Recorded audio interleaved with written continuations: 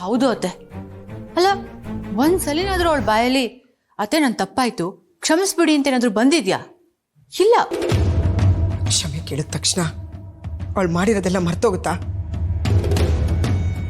ಕ್ಷಮಿಸಕ್ಕೆ ಅವ್ರು ಮಾಡಿರೋದು ಸಣ್ಣ ತಪ್ಪಲ್ವಲ್ಲ.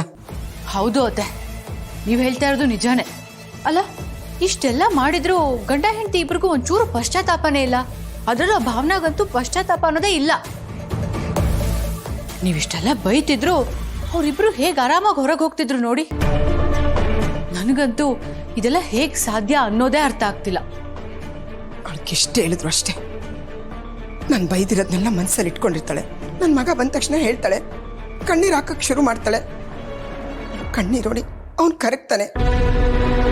ಅನುಕಂಪ ಗಿಟ್ಟಿಸ್ಕೊಂಡು ನನ್ನ ಮಗನ್ನ ಕೈಗೊಂಬೆ ಮಾಡ್ಕೊಂಡಿದ್ದಾಳೆ. ನಿನಗೆ ಗೊತ್ತಲ್ಲ ಅವನು ಹೆಂಗಿದ್ದ ಅಂತ. ನನ್ನ ಮಾತು ಮೀರ್ತಿರ್ಲಿಲ್ಲ.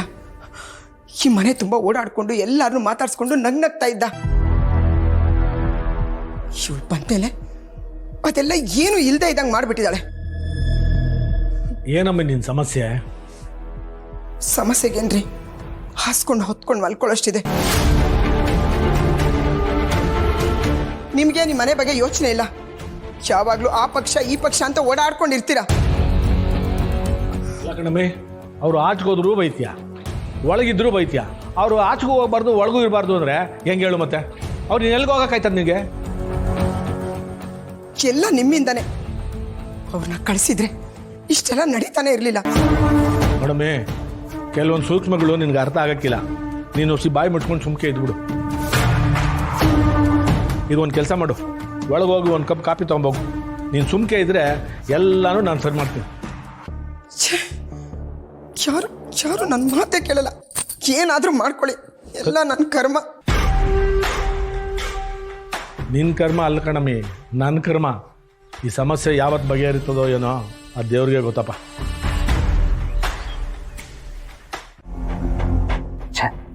ಇವನ್ ಜೊತೆ ಇರೋ ಒಂದೊಂದು ಕ್ಷಣನೂ ಹಿಂಸೆ ಅನ್ಸತ್ತೆ.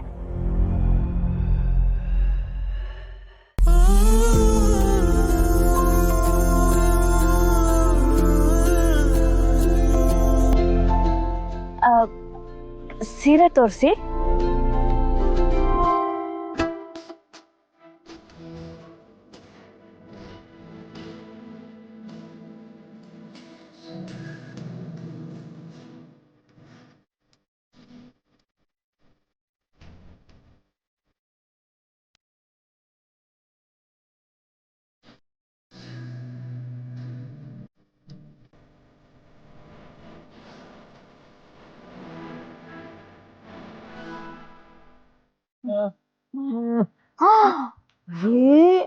ಇಷ್ಟೊಂದು ರೇಟಾ? ಈ ದುಡ್ನಾಗೆ ನಾವು 3 ತಿಂಗಳು ಜೀವನ ಮಾಡ್ಬೋದು. ಅದಕ್ಕೆ ನೀವ್ ಯಾಕೆ ರೇಟ್ ಎಲ್ಲ ನೋಡ್ತಾ ಇದ್ದೀರಾ? ನಿಮಗೆ ಯಾವ ಸೀರೆ ಇಷ್ಟ ಆಗುತ್ತೋ ಅದನ್ನ ಸೆಲೆಕ್ಟ್ ಮಾಡಿ. ಅಣ್ಣ, ಸಖತ್ತಾಗಿರೋ ಸೀರೆನ ಸೆಲೆಕ್ಟ್ ಮಾಡು. ಬೇರೆ ಕಲರ್ಸ್ ತೋರಿಸಿ ಸ್ವಲ್ಪ.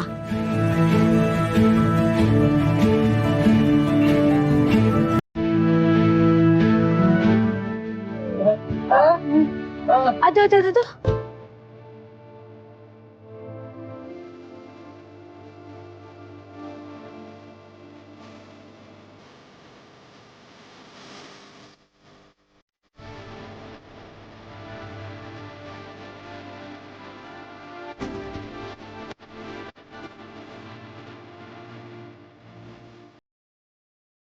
ಹಾಯ್ ಖುಷಿ. Hi ma'am. ಯಾರು ಇವರಿಬ್ರು? ಇವರು ಭಾವನಮ್ಮ, ಇವರು ಅಪ್ಪ.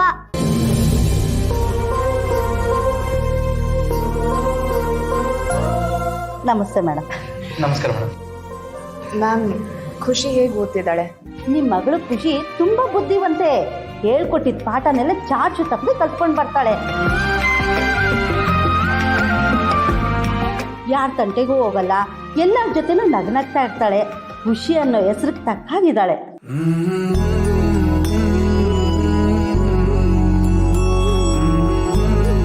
ಆದರೆ ಒಂದೇ ಒಂದು ಸಮಸ್ಯೆ ಏನು ಅಂದರೆ ಅವಳ ಕಾಲು. ಅವಳಿಗೆ ಎಲ್ಲ ಮಕ್ಕಳ ಥರ ಆಟ ಆಡ್ಕೊಂಡಿರ್ಬೇಕು ಅನ್ನೋ ಆಸೆ ಇದೆ. ನೀವೇನು ಟ್ರೀಟ್ಮೆಂಟ್ ಕೊಡಿಸ್ತಿದ್ದೀರಾ ಅಂತ ಅವಳು ಹೇಳಿದ್ಲು. ಅದನ್ನು ಆದಷ್ಟು ಬೇಗ ಕೊಡಿಸಿ, ಅವಳ ಕಾಲು ಸರಿ ಹೋಗ್ಲಿ. ಎಲ್ಲ ಮಕ್ಕಳ ಥರ ಅವಳು ಆಟ ಆಡ್ಕೊಂಡಿದ್ವಿ. ಇಲ್ಲ ಮೇಡಮ್, ದೊಡ್ಡ ಡಾಕ್ಟರ್ ತಾವು ತೋರಿಸಿ ಆದಷ್ಟು ಬಿರ್ನೆ ಸರಿ ಹೋಗೋ ಥರ ಮಾಡ್ತೀವಿ. ಎಷ್ಟು ದುಡ್ಡು ಖರ್ಚಾದ್ರೂ ಪರವಾಗಿಲ್ಲ, ಇವಳುವೆ ಎಲ್ಲ ಮಕ್ಕಳಂಗೆ ಆಡ್ಕೊಂಡಿದ್ರೇನಲ್ವೇ ನಮಗೂ ಖುಷಿ. ಆದಷ್ಟು ಬೇಗ ಗುಣವಾಗಿ ಮಾಡ್ತೀವಿ. ತುಂಬ ಒಳ್ಳೆಯದು. ಅವಳ ಕಾಲು ಸರಿ ಇಲ್ಲ ಅನ್ನೋದು ಅವಳ ಮನಸ್ಸಿನ ಮೇಲೆ ತುಂಬ ಪರಿಣಾಮ ಬೀರ್ಬೋದು. ಅದ್ರ ಮುಂಚೆ ನೀವು ಎಚ್ಚೆತ್ಕೊಂಡು ಅವಳಿಗೆ ಸರಿ ಮಾಡಿಸಿ. ಅದು ಸರಿ, ಇದು ಯಾವಾಗ ಆಗಿದ್ದು, ಹೇಗಾಗಿದ್ದು? ಅದು ಒಂದು ಆಕ್ಸಿಡೆಂಟ್ ಆದಾಗ ಹೀಗಾಯ್ತು ಮೇಡಮ್. ಅದಕ್ಕಿಂತ ಮೊದಲು ನಾರ್ಮಲ್ ಆಗೇ ಓಡಾಡ್ತಿದ್ಲು. ಪರವಾಗಿಲ್ಲ ಬಿಡಿ, ನೀವು ಆದಷ್ಟು ಬೇಗ ಇವಳನ್ನ ಸರಿ ಮಾಡಿಸಿ. ಖಂಡಿತ ಮೇಡಮ್. ಖುಷಿ, ನಿನ್ಗೆ ಯಾರು ತುಂಬಾ ಇಷ್ಟ, ಅಮ್ಮನ ಅಪ್ಪನ? ನನಗಿಬ್ರು ಇಷ್ಟ.